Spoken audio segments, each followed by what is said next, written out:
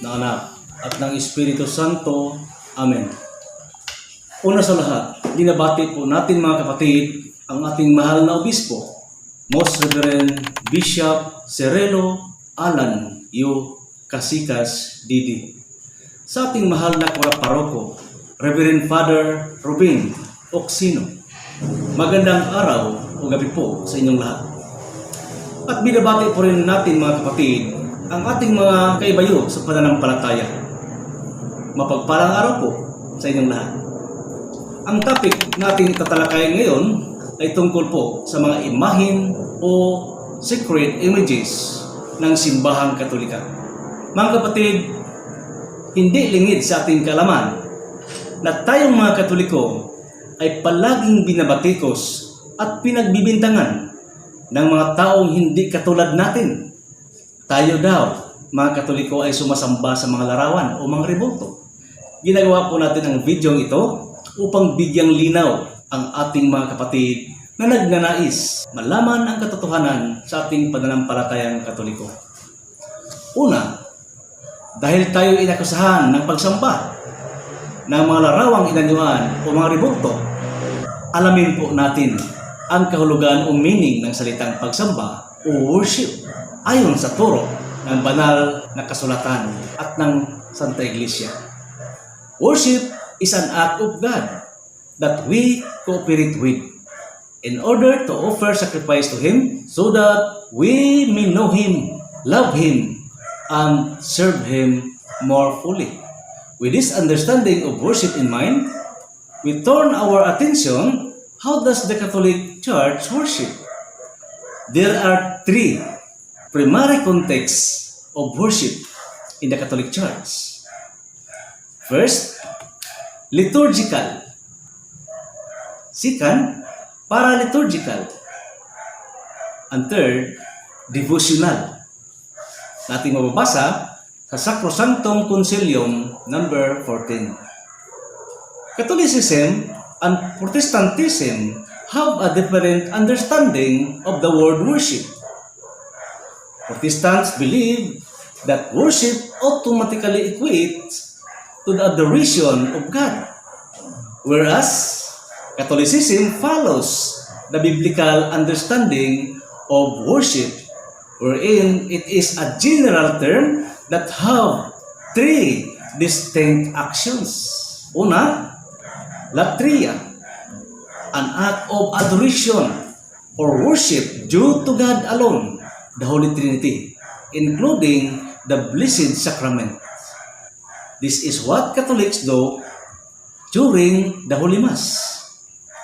Dahil alam po ng simbahang Katolika ang utos ng Diyos na siya lamang ang sasambahin. Ayon sa Exodo, Kapitulo 20, versikulo 3 hanggang 5. Pangalawa, hyperdulia, an of respect or veneration towards the Virgin Mary. Natin mababasa sa Luke chapter 1, verse 48.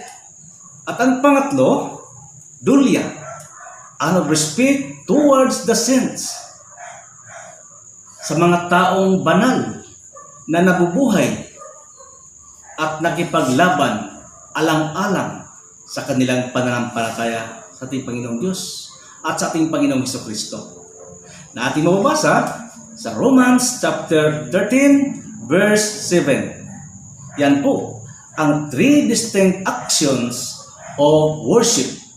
Worship is a general term that have three distinct actions. Nagets po ba natin mga kapatid? Ngayon, balikan natin ang tanong.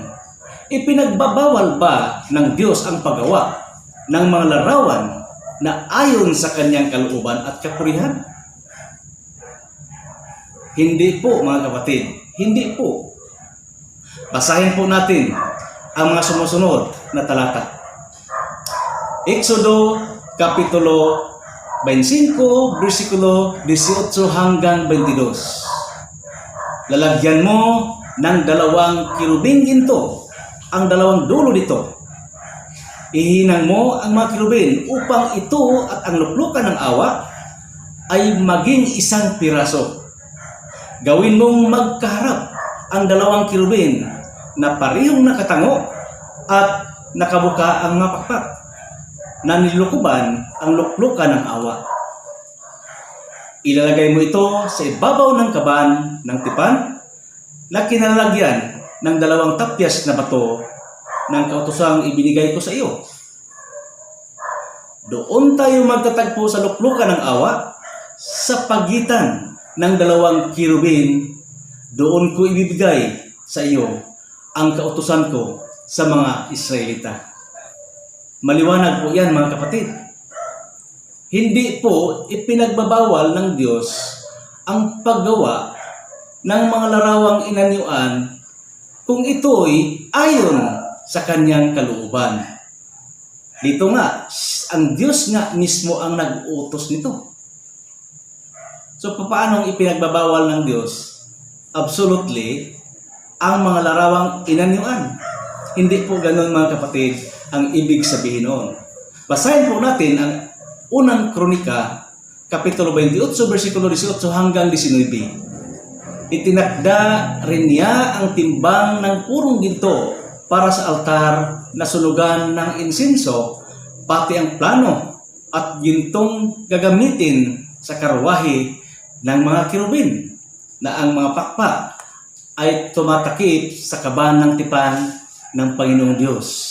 Sinabi ni David, ang lahat ng ito ay nasa plano na ginawa ayon sa utos ng Diyos na siyang kailangang isagawa. At dito naman, mga kapatid, sa unang hari, Kapitulo 6, versikulo 29 hanggang 32, ating mababasa na ang buong templo ay punong-puno ng mga larawan. At dito naman sa Hebro, Kapitulo 9, versikulo 5, ay ganito po ang ating mababasa. At sa ibabaw ng kaban ng tipan ay may mga kirubin na nagpapakitang naroon ang Diyos. Naliliman ng mga pakpak ng mga kirubin ang luklukan ng awa. Ngunit ito'y hindi namin ipapaliwanag ng isa-isa sa ngayon. So dito, mga kapatid, hindi lang sa Old Testament, no? Binabanggit din sa Bagong Tipan ang mga larawang inanyuan ng mga kirubin.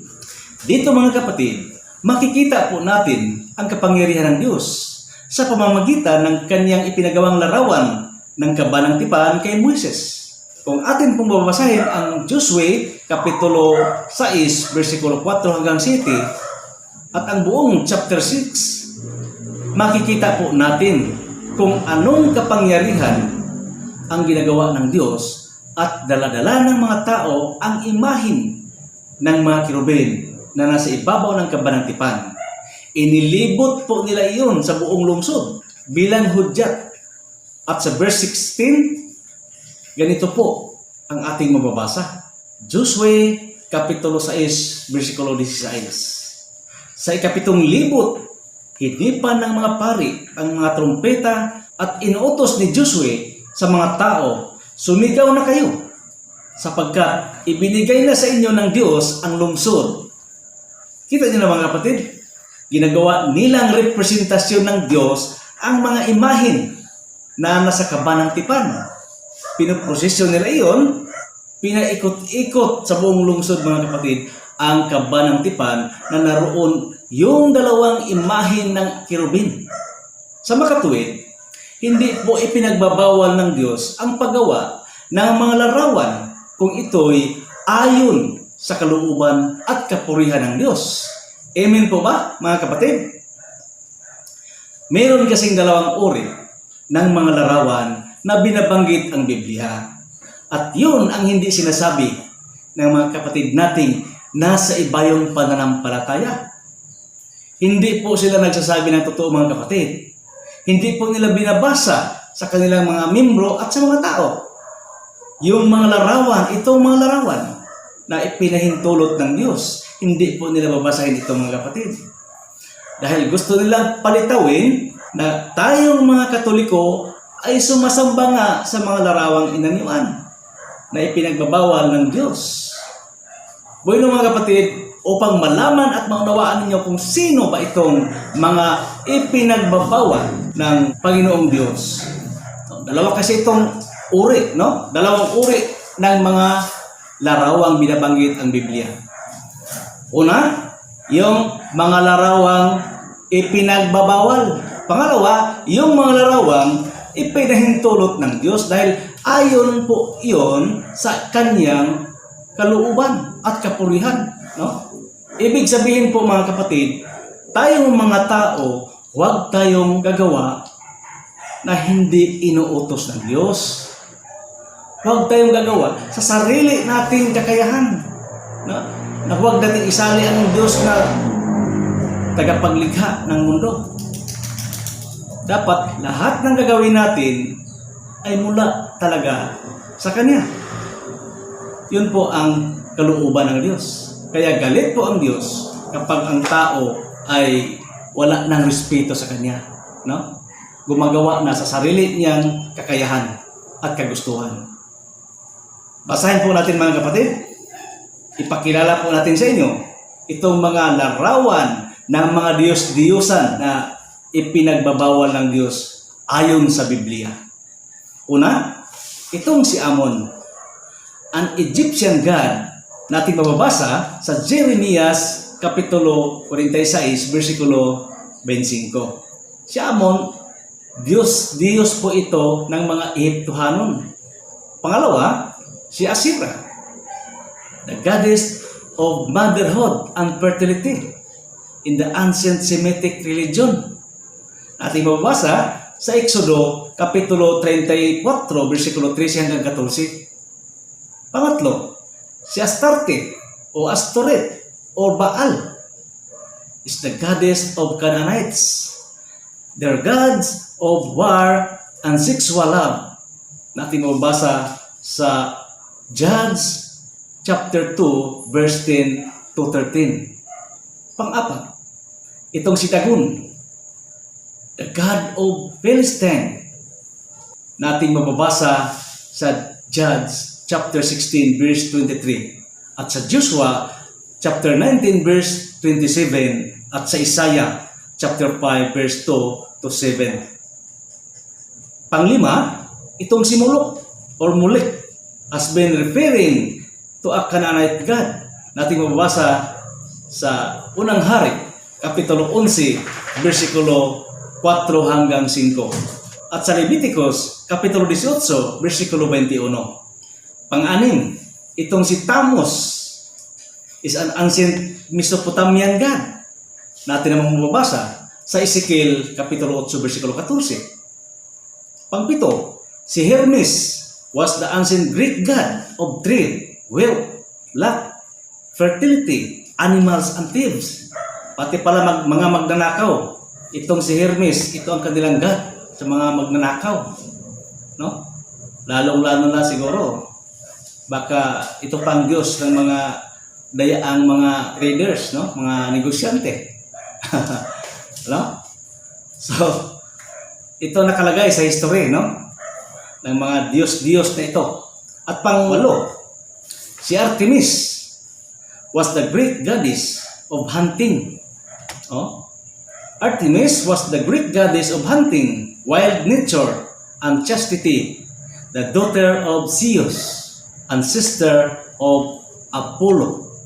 Natin ang mababasa sa Acts chapter 19, verse 24 to 28. At pangsiyam, itong si Zeus, ama ni Artemis at ni Apollo.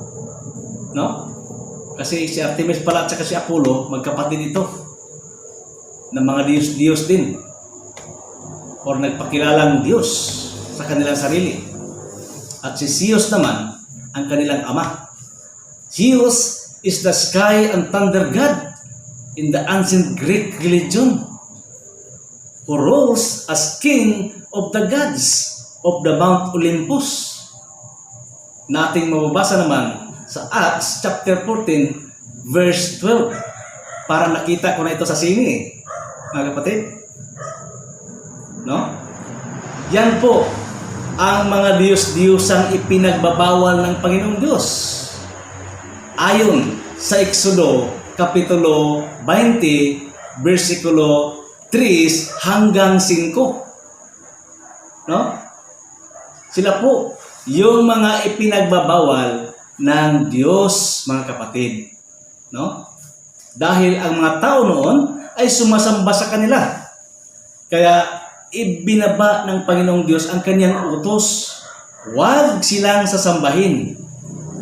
Maliwanag po ba yan, mga kapatid? Huwag po tayong maniniwala sa mga huwad na tagapangaral di umano ng mga salita ng Diyos. Dahil ang pakay lamang po nila ay ililigaw po kayo mula sa katotohanan. No? Gusto lang po ng dyablo na hilain kayo palayo sa Panginoon. Bakit? Kasi kapag nahiwalay na kayo sa Santa Iglesia at doon na kayo umanib sa mga siktang tatag lamang ng tao, wala na po kayo roong communion of the saints, communion with God, communion with Christ. Wala na po kayo doon kasi wala po kayong misa doon. No? Hindi na po kayo makareceive ng Holy Communion, ng Blessed Sacrament, katawan na buhay ng ating Panginoong Hesukristo. No? Wala pong misa doon. Kung mayroon man silang parang communion, yung biscuit, hindi po yun bliss, hindi po yun sacred. Ordinary bread lang po yun. Hindi po yun katawan ng Panginoon ayon sa kanyang institusyon sa Holy Mass during Last Supper. No? Wala pong bisa yun. No? Pangalawa, mga kapatid, ipakilala po natin sa inyo itong mga larawang ipinapahintulot o inutos ng Diyos ayon sa kanyang kalooban at kapurihan. No? Ulitin po natin, ayon sa kanyang kalooban at kapurihan. Hindi po ito ipinagbabawal ng Diyos. Dahil ginagawa ito ng mga tao ayon sa kalooban at kapurihan ng Diyos. Ang Diyos mismo ang pinupuri sa pamamagitan ng mga taong banal. No? Like example, sa Old Testament, yung cherubim o mga anghel. Ating mabasa sa Exodo, Kapitulo 25, versikulo 18 hanggang 22. Mga larawan ng tao at hayop. Nating mababasa sa Ezekiel, Kapitulo 41, versikulo 17 hanggang 20. Yung ahas na tanso. No? Nating mababasa sa mga bilang, Kapitulo 21, versikulo 8 hanggang 9. At ganito nga ang sagot ng Panginoon. Gumawa ka ng isang ahas na tanso. Ilagay mo ito sa dulo ng isang mahabang kahoy. Sinumang natuklaw ng ahas at tumingin doon ay hindi mamamatay. Ganon ang ginawa ni Moises. Kaya lahat ng natuklaw ng ahas ay tumingin sa ahas na tanso at hindi nga namamatay. Yan po, mga kapatid, kahiwaga ang gawa ng Diyos. No? Kung ito'y kaniyang pinagkalooban at kapurihan. No? Dumako tayo sa New Testament. Itong crucifix with Jesus Christ. No? Nating mababasa sa John chapter 3, verse 14 to 15. At kung papaanong itinaas ni Moises ang tansong ahas doon sa ilang, gayon din naman, kailangang itaas ang anak ng tao upang ang sinumang sumampalataya sa kanya ay magkaroon ng buhay na walang hanggan. Yan po kahiwaga ang banal na krus ng ating Panginoong Hesukristo na nandoon po siya nakadipa o ginawan po yan ng simbahan ng imahin, malaking imahin, kagaya ng Nazarene. No? Upang hindi mawala sa isipan ng lahat ng henerasyon kung papaano nagpasakit ang Panginoong Hesukristo sa cross, namatay, at kung papaano siya muling nabuhay. Yun po. Dinidemonstrate po yan sa isang imahin, mga kapatid. Upang pagtingin sa lahat ng henerasyon sa imaheng iyan, maalala po nila kung papaano iniligtas ng Panginoong Diyos ang sanlibutan. Amen po ba, mga kapatid? Yan po ang katotohanan. At kagaya rin ng imahin ng ating mahal na Birheng Maria. Dahil ang mahal na ina ay kasama po sa plano ng Diyos sa pagligtas ng sangkatauhan. Kasama po ang ating mahal na ina, Birheng Maria, sa plano ng Diyos sa pagligtas sa atin. Mother Mary is the Ark of the New Covenant. Alam niyo po ba kung bakit? Dahil dala-dala po ni Mama Mary sa kanyang sinapupunan ang salita ng Diyos. Sino po ang salita ng Diyos? Walang iba, ang ating Panginoong Jesucristo. Yan po, mga kapatid. Kaya ang ating mahal na Inang Maria ay tinatawag po nating mga Kristiyano ng the Ark of the New Covenant. Kung sa Old Testament, pinagawa ng Panginoong Diyos si Moises ng kabanang tipan. Ang purpose po noon, lalagyan po yon ng kautusan ng Diyos. O yung tapyas na bato na may ukit na dalawang kirubing anghel o dalawang kirubing. Yun po ang the Ark of the Covenant in the Old Testament. But in New Testament, there is Ark of the New Covenant. Ang mahal natin Inang Birhen Maria. Kaya po, tayong mga Katoliko ay binibigyan po natin siya ng nararapat na paggalang at pagrespeto bilang ina ng ating Panginoon. Nagtaka po ako, mga kapatid, o kahit kayo, baka nagtaka rin po kayo ng ating mga kapatid na hiwalay sa pananampalataya, ay grabe, no? Intense kung makapagpuri sa Panginoong Hesus. Lord Jesus, praise God, hallelujah, praise the Lord. Subalit, galit sa ina ng Panginoong Jesucristo na kanilang pinupuri at sinasamba pa. Saan po ang hustisya diyan? No? Pwede ba yan in reality, mga kapatid? Sinasamba, pinupuri mo ang isang hari, ang isang Diyos ng buong universe. Subalit, galit ka sa kanyang inang reyna.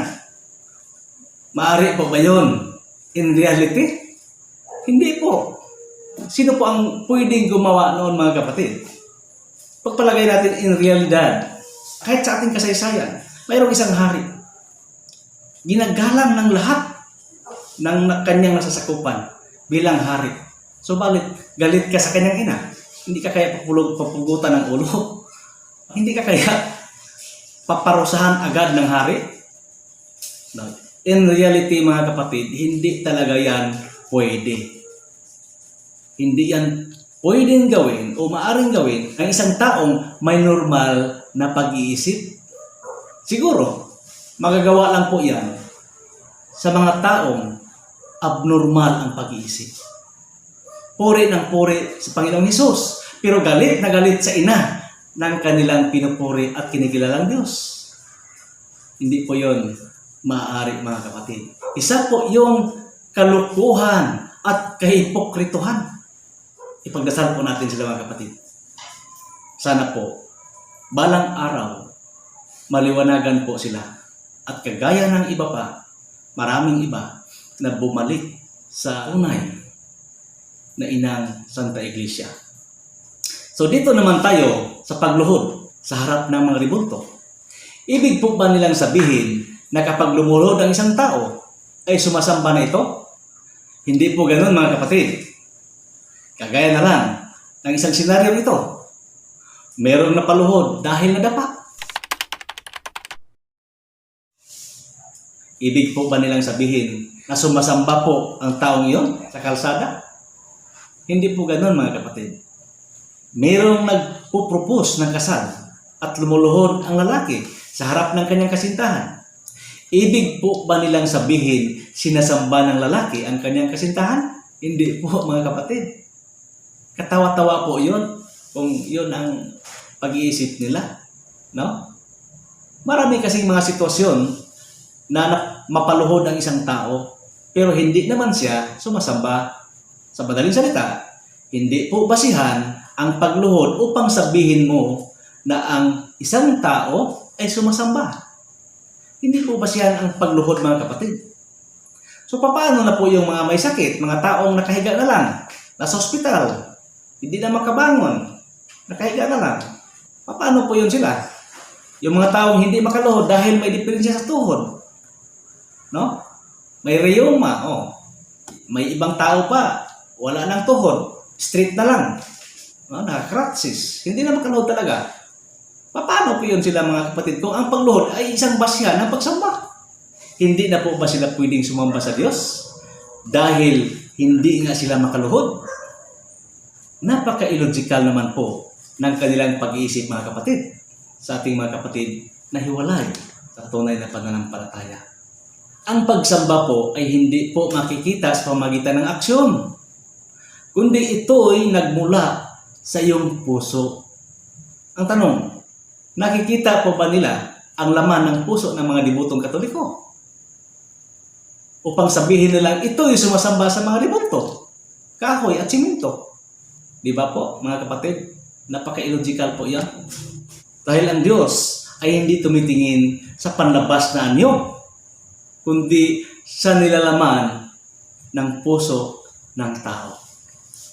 Unang Samuel, Kapitulo 16, versikulo 7. Ngunit sinabi sa kanya ng Panginoon, huwag mong tingnan ang panlabas na anyo ng tao. Ang Panginoon ay hindi tumitingin ng katulad ng pagtingin ng tao. Kagaya ng ating mga kaibigan. No? Palaging tumutulig na sa atin. Ganyan ang sukatan nila mga kapatid. Kung ano nakikita nila, panlabas na anyo ang tinitingnan ng tao. Ngunit ang Diyos ay sa puso tumitingin. You see? Ito po kasi mga kapatid dating ito, tuligsa ng tuligsa, saway ng saway, hindi po nakaunawa ng kanilang ginagawa. Yan po. Walang pagninilay sa sarili. No? Basahin po natin ang San Juan Kapitulo 6, versikulo 24. Huwag kayong humatol batay sa inyong nakikita, kundi humatol kayo ayon sa nararapat. Ano po bang ibig sabihin sa nararapat dito mga kapatid? Ang nararapat po ay hindi nga tayo sumasamba sa mga larawang inanyuan at mga rebolto. Yun po ang nararapat at ang katotohanan. Sila lang naman ang pilit na ipinaangkin sa atin na tayo raw ay sumasamba sa mga iyan. Hindi po tayo bobo mga kapatid, hindi po ba? Na sumasamba sa kahoy, bato at siminto. No? Kung sila, noong sila Katoliko pa, sinasamba nila ang mga iyan, ay hindi nga sila isang matinong Katoliko noon. Sila po yung mga pasaway na Katoliko. Kung yan ang kanilang iniisip noon. Kaya sila umalis. No? Hindi po sila naging matinong Katoliko noon. Basahin po natin ang San Lucas, Kapitulo 16, versikulo 15. Kaya't sinabi niya sa kanila, nagpapanggap kayong matuwid sa harap ng mga tao. Ngunit alam ng Diyos ang nilalaman ng inyong mga puso, sapagkat ang itinuturing na mahalaga ng mga tao ay kasuklam-suklam sa paningin ng Diyos. Yan po mga kapatid, ang palagi nilang ginagawa. Nagbibintang sila sa atin ayon sa kanilang nakikita. No? Basahin po natin muna itong Jeremiah, Kapitulo 17, versikulo 10. I, the Lord, search the heart and test the mind, to give every man according to his ways, according to the fruit of his deeds. Malinaw mga kapatid, na ang Diyos hindi tumitingin sa panlabas na anyo. No? Hindi po binabase ng Panginoon ang pagsamba sa pamagitan ng aksyon ng tao. Praise the Lord! Hallelujah! Hallelujah! Grabing aksyon, mga kapatid. Pero hindi naman nila naunawaan ang kanilang mga ginagawa. Na sila pala'y malayong malayo na mula kay Kristo at sa kanyang katawan, ang Santa Iglesia. Basahin po natin ang unang Pedro, Kapitulo 3, versikulo 4. Sa halip, pagyamanin ninyo ang kagandahang nakatago sa inyong puso. Ang kagandahang walang pupas, na likha ng maamo at mapayapang diwa, na lubhang mahalaga sa mata ng Diyos. You see? Kita niyo na, mga kapatid? So ngayon, kasalanan ba ang pagluhod sa harap ng mga larawan at mga ribulto ng mga banal?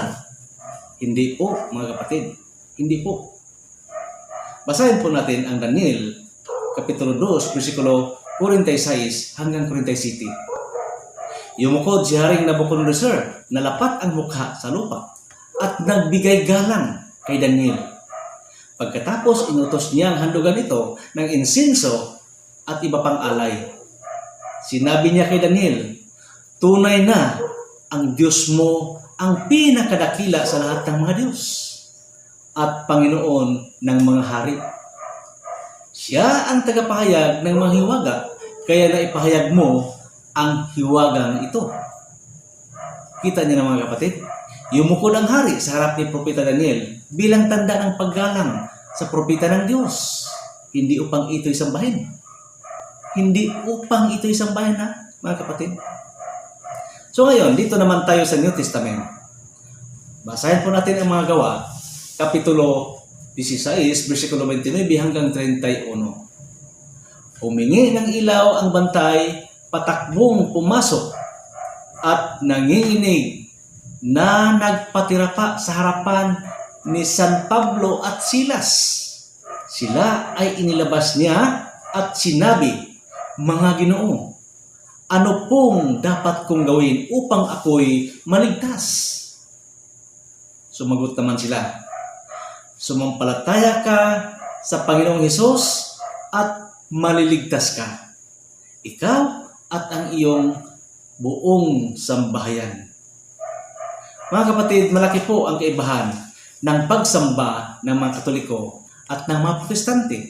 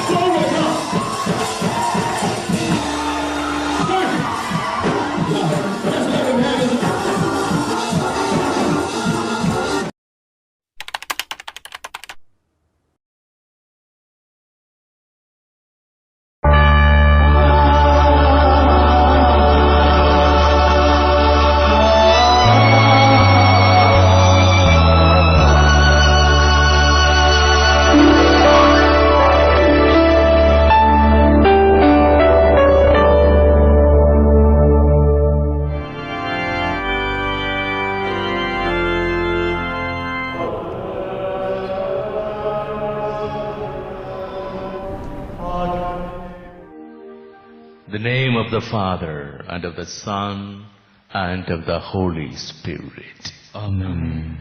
The Lord be with you.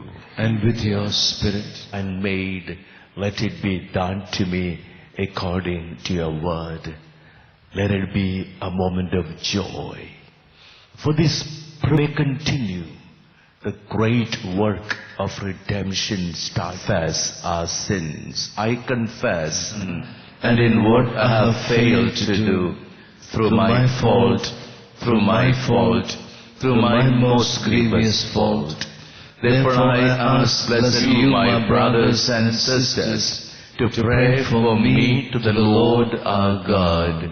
May Almighty God have mercy on us, forgive us our sins, and bring us to everlasting life. Amen.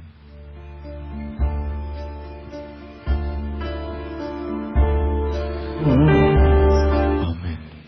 Please be seated.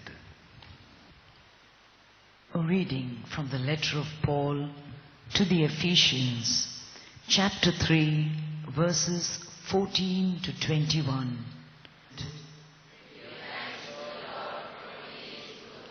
Give thanks to the Lord, for He is good, for He is good. You are my God. Give praise to The Lord be with you. and with your spirit. A reading from the Holy Gospel according to John. Glory to you, O Lord. Chapter 20. Like the day, Come the sins of the world. blessed are those called to the supper of the Lamb. Lord, I am not worthy that you enter under my roof. Evening flames, you inspire songs of praise that rise from earth. To church is the strong and mighty tower. Your name is the shelter like no other. Your name, let the nations sing your name. Sing it louder, but you as morning dawns and evening is a strong and mighty tower. Your name Of the gospel, of the sacraments, and of charity, through Christ our Lord. Amen. The Lord be with you. And with your spirit. May Almighty God bless you, Father, Son, and the Holy Spirit. Amen. Let's go in the peace and joy of the Lord. Thanks be to God. Mga kapatid, mag-recap po tayo. The worship of the Catholic Church is have superlative degrees. Una, veneration, reverence, act of respect. Ito po yung tinatawag nating dulya. Pangalawa, special veneration properly given to the Virgin Mary only. Ito po yung tinatawag nating hyperdulya. At pangatlo, adoration. The supreme worship allowed to God alone. The Holy Trinity, including the Blessed Sacraments. Ito po yung tinatawag nating latria. Latria. Okay? May natutunan po ba tayo, mga kapatid? Sana po mayroon. Ngayon, balikan po natin ang kanilang mga paratang sa atin gamit ang talata ng Exodo, Kapitulo 20, versikulo 3 hanggang 5. Ano po ba ang subject at konteksto ng pagbabawal na ito? Exodo 20, Kapitulo 3 hanggang 5. Huwag kang sasamba ng ibang Diyos maliban sa akin. Ito po yung subject, mga kapatid. Huwag kang sasamba ng ibang Diyos maliban sa akin. Verse 4, huwag kang gagawa ng imahe ng anumang nilalang na nasa langit, nasa lupa, o nasa tubig upang sambahin. Ito naman po ang konteksto ng talata. Verse 5, huwag mo silang yuyukuran ni sambahin. Ito rin po ang konteksto ng mga talatang ito. Sapagkat akong si Yahweh na inyong Diyos ay mapanibughuing Diyos.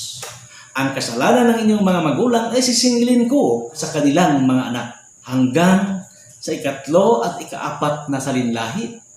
Ito naman po, mga kapatid, yung resulta ng paglabag sa unang utos ng Diyos na huwag sasamba sa ibang mga Diyos. Ayon sa talata 3 ng Eksodo. Para po sa kalaman ng mga kaibigan nating hiwalay sa tunay na pananampalataya, ang pagkilala po ng mga Diyos-Diyosan ay hindi sa pamamagitan ng mga larawan. Dahil maliwanag po ang sabi ni San Pablo tungkol sa mga Diyos-Diyosan. Basahin po natin ang unang Korinto, Kapitulo 8, versikulo 4.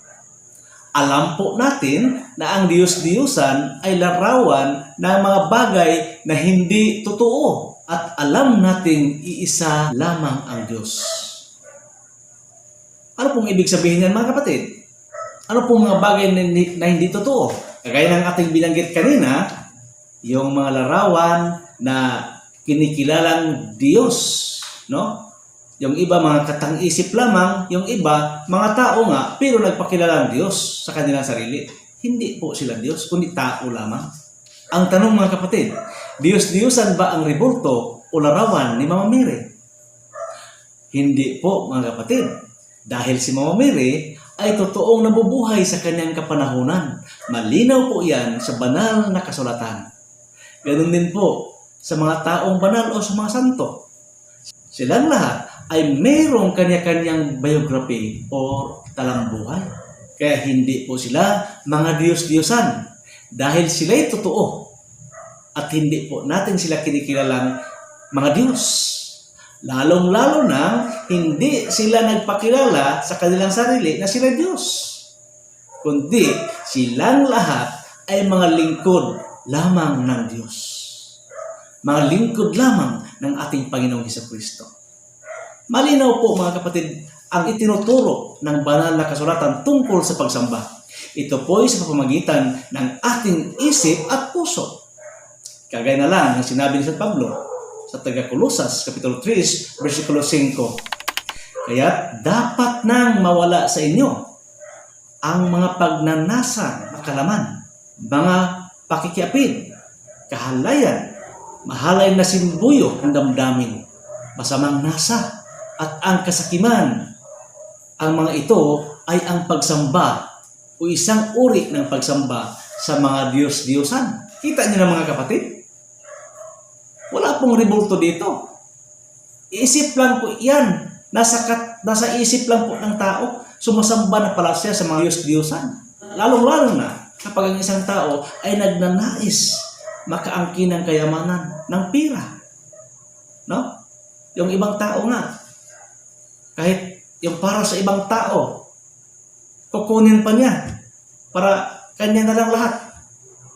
Yan. Pagsamba po yan sa pira. No? Basahin po natin ang taga-Galacia, Kapitulo 5, versikulo 19 hanggang 21. Hindi maikakaila ang mga hilig ng laman, pakikiapid, kahalayan, kalaswaan, pagsamba sa mga Diyos-Diyosan, pangkukulam, pagkapuot sa isa't isa, pag-away-away, pagsisilos, pagkakagalit at kasakiman, pagkakampi-kampi at pagkakabaha-bahagi, pagkainggit, paglalasin, kalayawan, at iba pang katulad nito. Muli ko kayong binabalaan, sabi ni San Pablo. Ang mga gumagawa nito ay hindi magkakaroon ng bahagi sa kaharian ng langit, sa kaharian ng Diyos. Taga-Galacia, Kapitulo 5, versikulo 19 hanggang 21. Kung napansin po ninyo dito mga kapatid, ito palang pagkakampi-kampi at pagkakabaha-bahagi ay isa palang pagsampa sa mga Diyos-Diyosan. Kagaya ng ginagawa ng ating mga kaibayos pananampalataya. Sila po yung author ng pagkakabaha-bahagi at pagkakampi-kampi. Malinaw po yan sa realidad na sa kanila ngayon. Tingnan nyo mga kapatid, simula nung nagprotesta si Martin Luther, ilang siktang protestante na sila ngayon? More than 43,000 na kasiktang protestante na magkasalungat, contradicted ang kanilang mga prinsipyo at doktrina at pangangaral. Silang lahat ay umaangking sa Diyos, sa kay Kristo. Silang lahat umaangkin, nag-aagawan. No?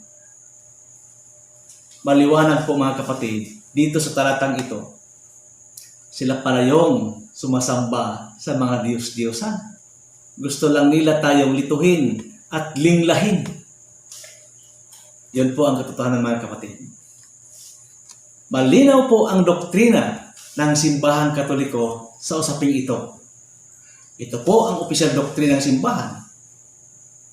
Catechism of the Catholic Church, number 2132. The Christian veneration of images is not contrary to the first commandments, which prescribes idols. Indeed, the honor rendered to an image passes to its prototype, and whoever venerates an image venerates the person portrayed in it. The honor paid to sacred images is a respectful veneration, not the adoration due to God alone. Religious worship is not directed to images in themselves, considered as mere things, but under the distinctive aspect as images leading us unto God incarnate. The movement towards the image does not terminate in it as image, but tends towards that those image it is. Sana po'y nabigyan kayo ng linaw sa inyong mga katanungan tungkol sa mga aral at doktrina ng ating pananampalatayang Katoliko. The Universal Church of our Lord Jesus Christ. God bless us all. In the name of the Father, the Son, and of the Holy Spirit. Amen.